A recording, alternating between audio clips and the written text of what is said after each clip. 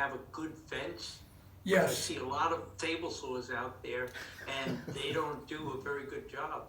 Okay, the fence on my table saw is, Yeah, let him- oh, I'm sorry, let go him ahead. finish. And also how the fence is adjusted.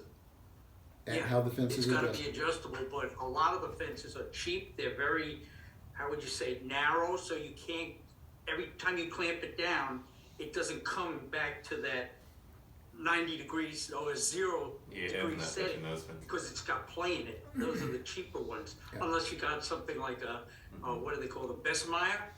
Yeah, Bessmeyer is the one that I have, that's very accurate, but I thought that most of your accuracy comes from the fence. Yes, and the miter gauge Yeah. for 90s and stuff. yeah, the fence that I'm trying to think of the one that I have on there now, but it's adjustable. And a lot of people adjust their fence on the back side of the blade a couple of thousandths outboard, not inboard. You don't want, Right. mine is perfectly parallel. And I get the best cut with it, and we won't get into how I adjust the fence, but it's within the total run out on my fence is a thousandth of an inch with a precision dial indicator.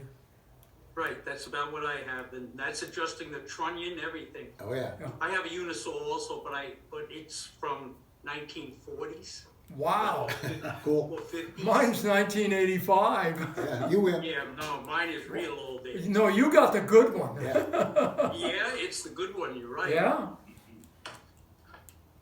No, the other thing about table saws, put a cheap blade on, you get crappy cuts. Buy a good blade. We won't get into talking about blades, but Not this time. Yeah. Not this time. not tonight. But that's another part of the equation. So, Yeah. Any other questions for Les? You're piped in there with some good information. Do you have any comments or questions or anything like that? Or No, I'm really impressed and fascinated by the discussions that you're having, and want to continue with that. It's very good. yeah, I mean, Yeah. Actually, I think the reason, Kevin mentioned it, and I said, well, like I say, Ed, we've been good friends, even though we have different workflows since high school, kind of post-army, post-military. yeah. And we go to breakfast once a week or thereabouts, and we'll sit there and we'll talk about this stuff. I tell my wife she can come with us, but she would be bored to tears in moments. But this is what we do. We talk about everything,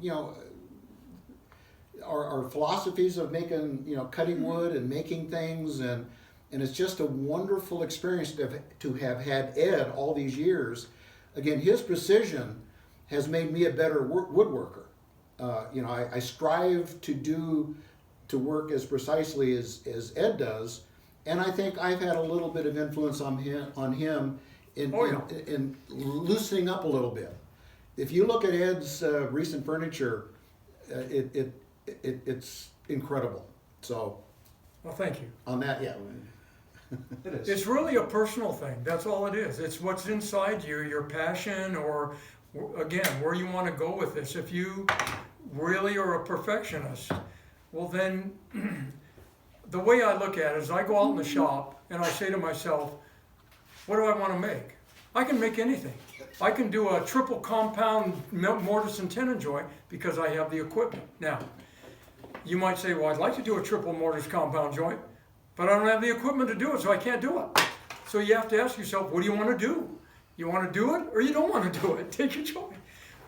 It's just a personal thing, and our objective here is to shed many, many hours of experience and mistakes that we've made, and hopefully we help you avoid going out and buying a $99 table saw for your shop, and then you go, oh man, that was a waste of money. I'm on my 4th generation of tools, and a lot of them have been mistakes because I thought A was going to work, and then I had to buy B, and then I had to buy C to get to where I wanted to be.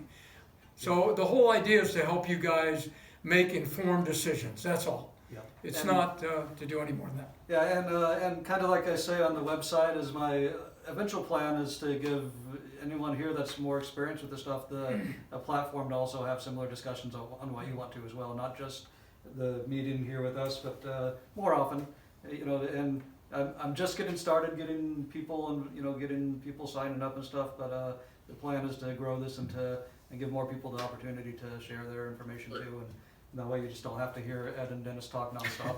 There's other options too. We could do that. Which then you'll have the opportunity to do that for a while too. But so Dennis is going to make some noise. To Yeah, kind well, of- Demo I was time. looking for my good safety glasses, but can't find them. All right. Is Okay, anybody just, doing, Japanese joinery, Okay, locking types? if you weren't So, here, hold on one second. He's going to cut this and then we'll get back to your question. if you weren't here earlier, we glued this up with the spline joint, and now I'm just gonna cut it real quick here. Oh, I gotta plug it in. Did I drop a camera? Joe, would you plug this into the vacuum on the front?